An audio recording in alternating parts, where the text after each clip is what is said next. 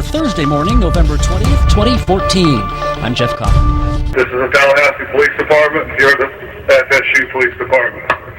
There has been a shooting in the library.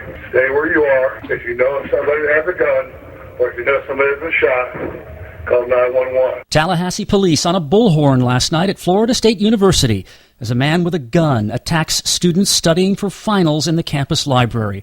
3 students were hurt, but the only person killed was the man with the gun, shot to death by police. It's quiet on the Florida State University campus this morning. Classes have been canceled for the day, but counselors will be available to students and faculty. This all started at 9:30 p.m. Pacific time last night, 12:30 a.m. in Tallahassee. Sarah Evans was inside the library. I saw one of the employees kind of looking frantic, going crazy, and that's when I thought something was pretty wrong. Something was pretty wrong. A man walked into the library and without a word took a handgun out of his pocket and started shooting, apparently randomly. The 400 or so students in the library studying for finals scattered, but 400 panicked people all trying to get out of the place at the same time is not a pretty sight. 3 people were hit by gunfire. They are all expected to survive.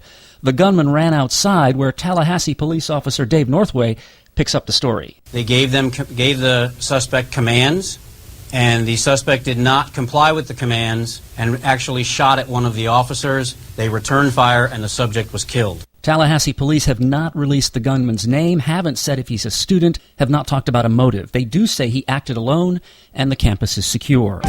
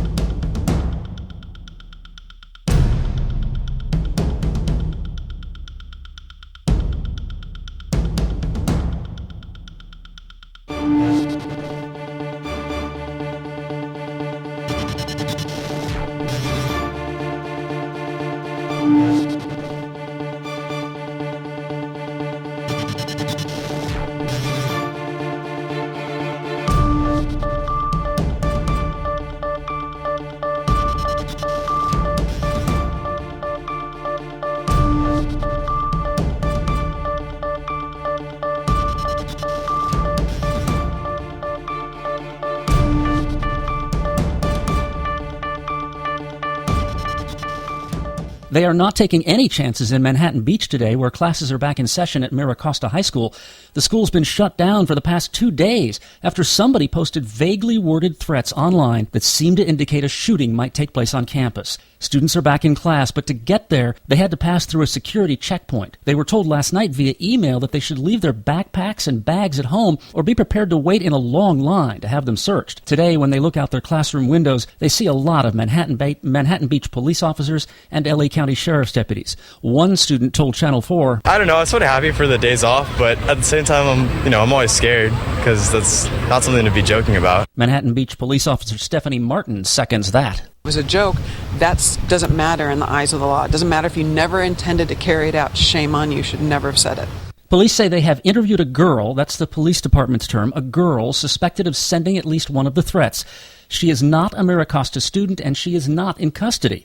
Police are looking for other suspects, too. The postings were on the social site Yik Yak, which allows members to stay anonymous. Still, Yik Yak agreed yesterday to block its website from Manhattan Beach schools.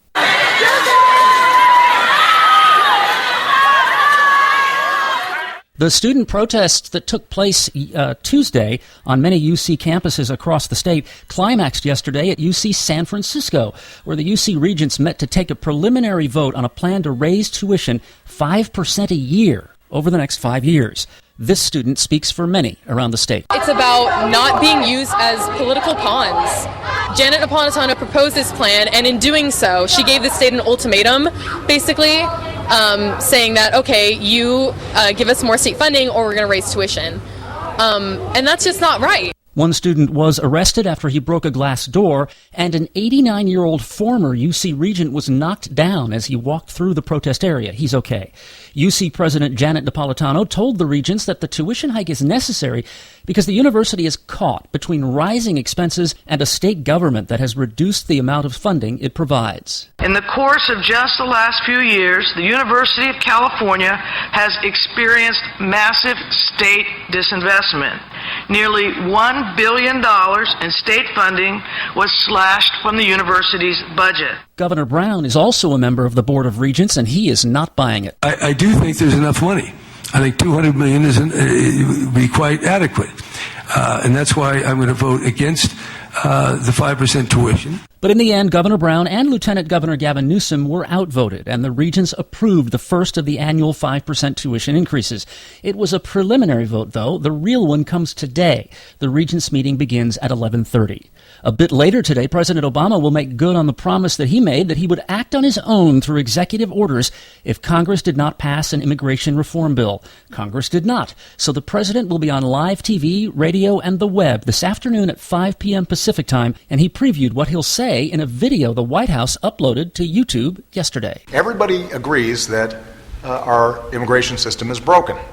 Unfortunately, Washington has allowed the problem to fester for too long. And so what I'm going to be laying out is the things that I can do with my lawful authority as president to make the system work better, even as I continue to work with Congress and encourage them to get a bipartisan, comprehensive bill that can solve the entire problem. The New York Times and other news organizations are quoting White House sources this morning who say the president's plan will prevent the deportations of as many as 5 million undocumented immigrants in the U.S. and provide them with work permits. The program will cover only those who've been in the U.S. for at least 5 years and have no criminal record. The president's plan does not cover farm workers, and although it does extend to undocumented adults who were brought to the U.S. illegally as children, it does not cover their undocumented parents. And under the program, those covered will not be eligible for any kind of health insurance through Obamacare. Republicans see this as a presidential power grab, or worse. Texas Republican Senator Ted Cruz. It's incumbent on Republicans in Congress to use every single constitutional tool we have to defend the rule of law, to rein in a president so that the president does not become an unaccountable monarch. Now, executive orders on all kinds of issues are pretty routine, and CNN found by doing some simple math that President Obama has actually issued fewer executive orders than presidents before him, going all the way back to FDR. Republicans have talked of impeachment, shutting down the federal government by refusing to pass a budget, but they're aware that neither of those options is likely to win them any popularity contests with voters, so they have not decided on a strategy. Oklahoma GOP Congressman Tom Cole says, quoting, "It does not make a lot of sense to play with shutting down the government over a particular issue if you disagree with the president." The amazing thing about what he says is that in 2014, somebody has to say it out loud, and that there are people who do not agree. You can feel the snowball getting bigger as it rolls downhill toward Bill Cosby. Former supermodel Janice Dickinson this week detailed what she says was an incident at Lake Tahoe, during which Cosby drugged and raped her, she says. She puts a famous face on the list of 15 women who say Cosby drugged and sexually assaulted them. The allegations go back to 1969.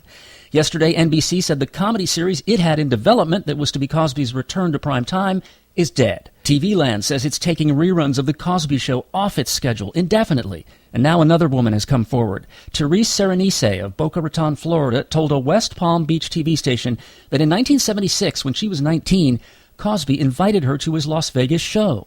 She says that at the after party, Cosby handed her 3 large white pills and told her to take them. She says she did because at age 19, Cosby was to her an authority figure, an older man to whom she could not say no. She says her next memory was feeling drugged and Cosby having sex with her. She says Cosby let her stay in his penthouse suite for several weeks after the alleged attack. And now another interview has come to light that shows Cosby's response when a reporter tries to ask him about the allegations. On November 6th, the Associated Press sent a field producer and a camera crew to the Washington Museum that was opening an exhibition of 62 paintings from Cosby's large collection. As the interview was ending, I have to ask about your name coming up in the news recently regarding this comedian. No, we don't answer that. Okay. I just wanted to ask if you wanted to respond at all about whether any of that was true. There's no response. Okay.